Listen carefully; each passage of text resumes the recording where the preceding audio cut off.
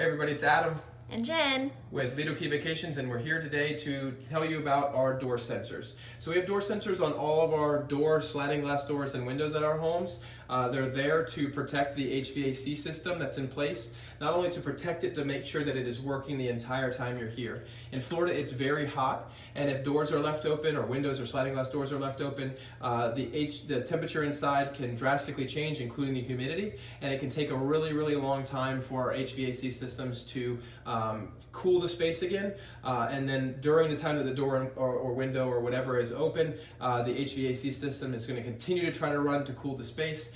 It'll be impossible with any of those things open, and eventually it will, the lines will freeze. They will literally actually freeze over and become ice, and it will shut the unit down into safety mode, and the unit will stop working. That can happen sometimes during the day or in the middle of the night or whenever the issue is occurring, and it can create a really uncomfortable situation inside. So we try to prevent that with the door sensors.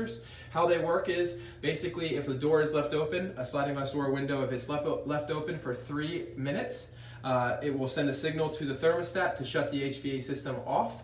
And then once the door is closed, it'll take 3 minutes before that unit kicks back on and starts cooling. So if you leave the door open for 3 minutes, even if you recognize it at 3 minutes and 1 second, you close the door, it's going to be 3 minutes before that unit kicks back on. If you recognize that a door has been left open and you recognize that it's a little bit hotter inside, check all your doors and windows on that level, make sure that they're all closed, go to the thermostat, and there'll likely be a sign, not a sign, but a note on the thermostat that basically says a door's been left open or a window's been left open, please secure all doors.